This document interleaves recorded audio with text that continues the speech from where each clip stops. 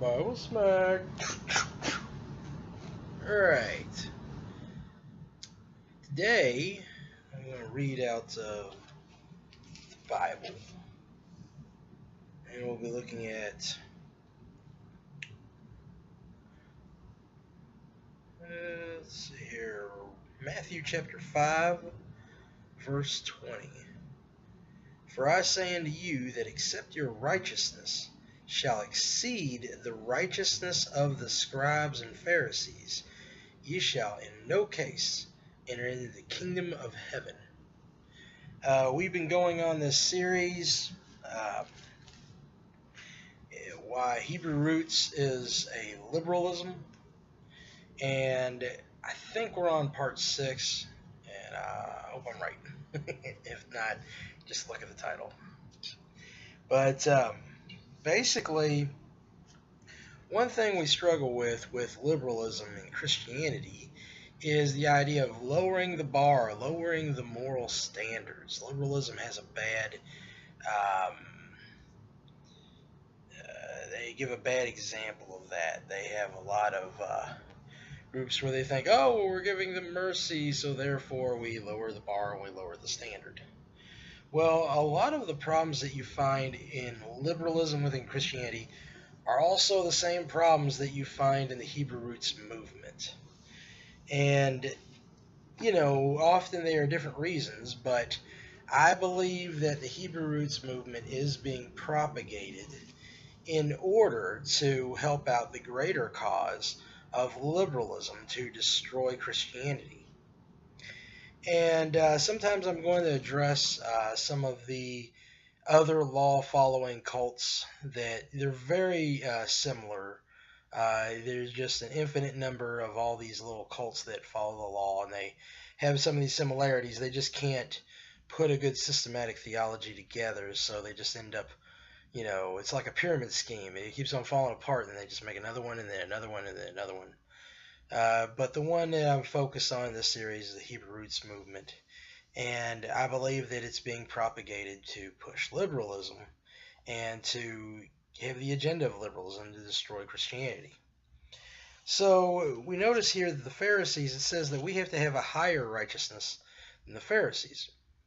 And one thing I have noticed from several examples, I've noticed several examples of Hebrew Roots people having a understanding to where all morality has to be trapped within the Mosaic Code, either the Ten Commandments or just the Mosaic Covenant itself. That all morality has to only be at that point mentioned. And when you look at Jesus in the Gospels, the standard is raised up higher. And there's a really good reason for that. You see, the covenant with Moses was towards the nation of Israel. It was a government law. And when you're governing a lot of people, it's different than when you're governing yourself. So philosophically, you can have more laws and more rules for yourself than you can for hundreds of thousands and millions of different people with different personalities and different wills and different ideas. So basically, I just want to cover a couple scriptures here to kind of illustrate this point. And I think I'm going to go to 2 Corinthians.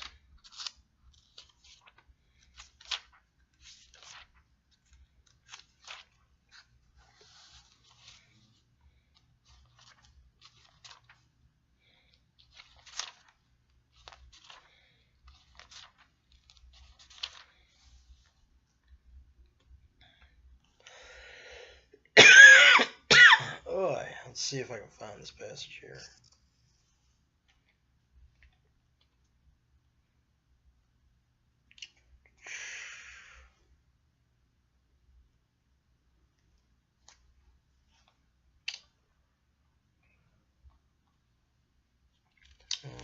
Apologize. I'm just trying to find the passage.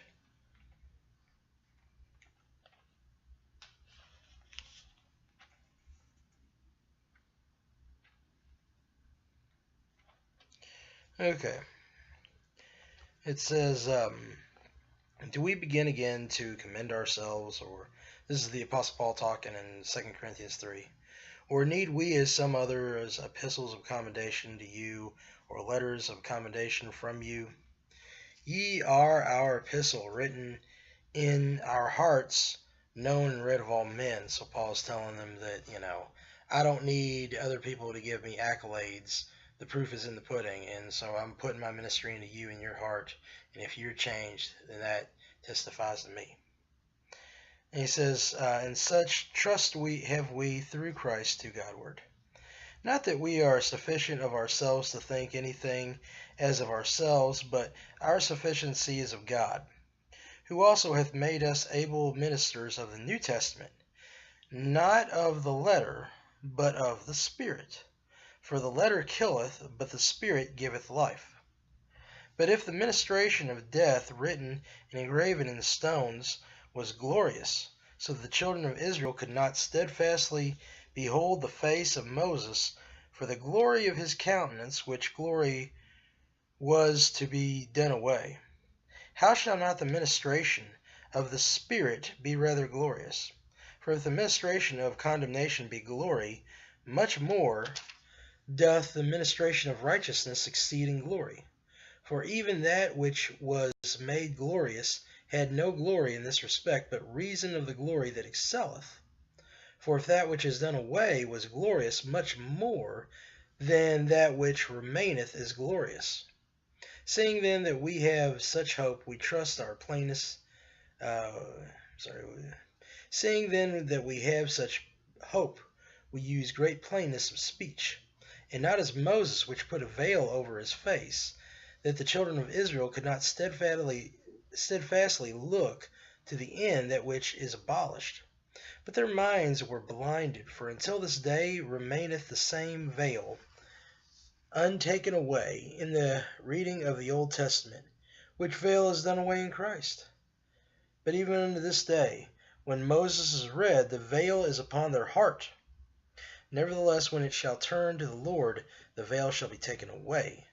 Now the Lord is that Spirit, and where the Spirit of the Lord is, there is liberty. But we all with open face behold, as in a glass, the glory of the Lord, are changed into the same image from glory to glory, even as by the Spirit of the Lord. Now that's probably good enough for me to just go on a good sermon just on this topic. What is he talking about? Especially, we talk about liberal notions. It sounds like he says, not the letter, but of the Spirit, for the letter killeth, but the Spirit giveth life. What is that about? Paul talks about in the book of Romans how the law uses a negative instrument, that the law is holy, but then Paul says, I am not holy. We can have the law, and the law doesn't change us. The law stops us, but it doesn't make us better. It doesn't grow us, okay? The law can help our growth, okay, just as much as trimming a tree. If you know how to prune and hook and everything just right, you can help it grow in the right direction. But yet, it doesn't give life. The Spirit gives life, but the law does not give life. You can tell somebody, don't do this, but it doesn't mean that they're going to do the positive thing. For instance, if a person, if a man's not supposed to commit adultery, okay, the law is just going to tell him that, and they say, oh, I didn't do it with her. But if a man has the Spirit in him, then not only will he not commit adultery, but he will encourage that young girl to be chaste, to wait for her man, to submit to her man, to respect her man, even though that man is not him. And then tell other guys, hey, you better respect her. She is married, okay? You understand that boundary. Don't pass that boundary. Okay, all of a sudden he's not just somebody who's not doing the crime himself. No, he's somebody who has a heart, who cares, who wants to preserve that type of relationship and that type of ministry. So you see, the Spirit gives you that positive power to do the positive thing. And yet, if we go just by the law, then we're ministering death. We're not, we're just saying, I don't want to do this. I'm not doing that. I'm not doing that. We're not saying, I'm going to do this. I'm going to help you. I'm going to love you. And I have seen that spirit within certain members of the Hebrew Roots community. And there's another passage. Let's see if I can find it. I believe it was in Mark.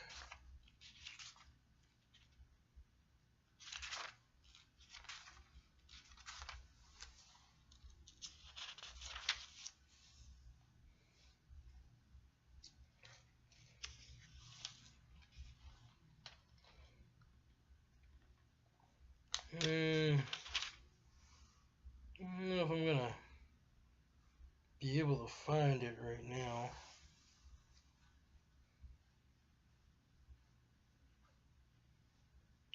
Okay, but basically there was a passage in the Gospels that talks about, Jesus says that, when we sin, it's not what we take into our body that makes us sin.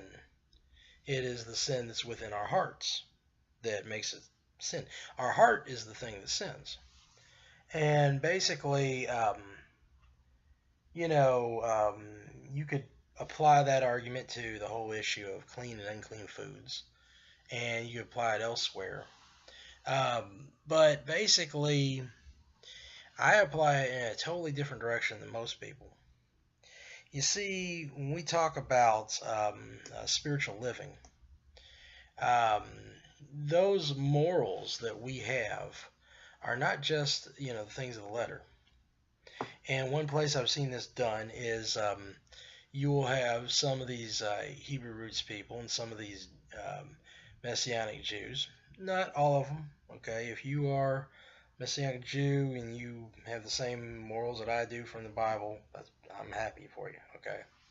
But basically, there's a new movement back to Catholic ethics, and the idea that drinking is okay. It's okay to drink intoxicating materials that will get you drunk, as long as you don't accomplish getting drunk.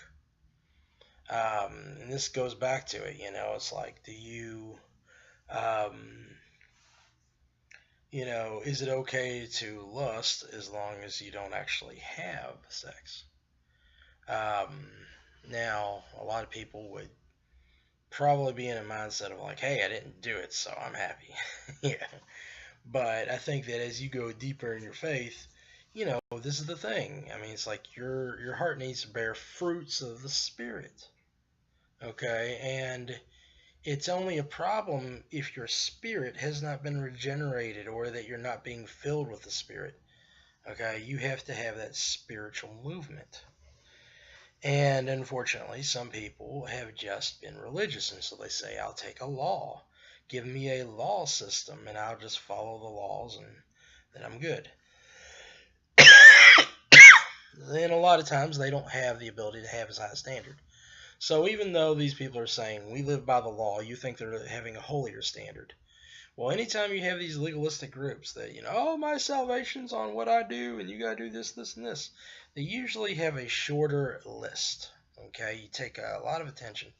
And so one thing that's gone is, in the last generation or two, the ideas of sobriety are no longer something to be looked at. I mean, basically, if you don't drink, you're supposed to be ashamed of not drinking.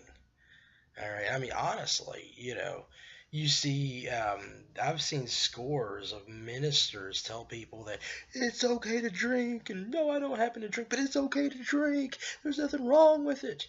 And, we get more and more people, people dying of drunk driving. You have hundreds of people, you have the whole spring break heathen society, and, so-and-so got raped, and, this happens and that happens, and, let's all get together and fight cancer. Well, a good way to fight cancer is not to take intoxicating drugs, and not to take all these dangerous, lethal drugs and alcohol and things like that and act like it's totally okay, and it's like, oh no, if I just adjust my lifestyle, I'll get away with it. It's Why? Because when life gets hard, you need drugs because you're not coming to God. Okay? You think that you need alcohol instead of needing to read the word, and more importantly to take the spirit, to be filled with the spirit, to pray in the spirit, and to grow. Okay? um, so people are saying, well, what's wrong with having a little alcohol? The thing is that, why why do I need alcohol at all? I mean, I've heard the one about, like, oh, wine, red wine has the vitamin B, blah blah blah. Okay, I'll buy some vitamin B, or I'll just eat grapes, regular grapes. Okay, how you gonna? I mean, they rush in these hordes and they're trying to feed their flesh. Um, I'm not gonna sit here and say, like, well, don't do this because I'm more righteous than you or something. I've got plenty of sin in my life that I have to pray to God about, and that I'm trying to deal with and grow and get out of. But the issue is whenever people, just like Jesus got after this, when people, not only break God's law, but they say to break God's law. Okay, they say to have a lower standard. When you start using your mouth to fill sin into other people's hearts, okay, and when you try to endorse sin, all right, that's different than just struggling with sin. That's not a struggle, okay? Right is right and wrong is wrong. And it is a totally different thing to admit what's right and wrong and then struggle on that level than to say, oh no, okay, since this doesn't coerce with my flesh, then this is right. No, that is a horrible way to do things. And so basically, the New Testament keeps pointing us to a higher level. Let's see here.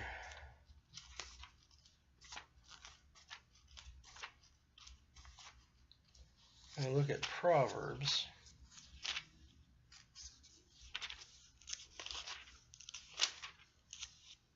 Wine is a mocker, strong drink is raging, and whosoever is deceived thereby is not wise. Okay, wine, okay, and strong drink. They mention these substances, and it's like, one is a mocker, that's a minor sin. Raging is a more intense type of sin. And whosoever is deceived thereby is not wise. Okay, you got to learn, you got to get smart. People want to ask whether if I had just one beer and it's not enough to actually, get me plastered or whatever, well, isn't that okay? It's your mind that's the problem. Before you even drink, your mind is the problem. You got deceived into thinking that you could do that, and then telling other people that they could do that. You see, that's not wise. Okay, it's not wise to say, oh, I'm going to hop on 1 foot off of a 100-foot building. It's not wise. Okay, and do you want to do foolishness? Do you want to do stupidity? Okay, it says something here in Proverbs 12. Whoso loveth instruction loveth knowledge, but he that hateth reproof is brutish. New translations will say it's stupid. But basically, this is the thing: you're not listening to God with your heart. You're not seeking God with your heart. And so this is one of those areas where they'll say, "Oh, I'm only going to do the law, and that's it." It's like, no, you do the law, you do the Spirit, you do not the Old Testament, or not just the Old Testament, you do the New Testament, and you get yourself right. Okay, you go farther. All right, don't just tell me that you've clocked out and served your time. Okay, because apparently you didn't get any time. All right. All right, we'll see you here later on this series.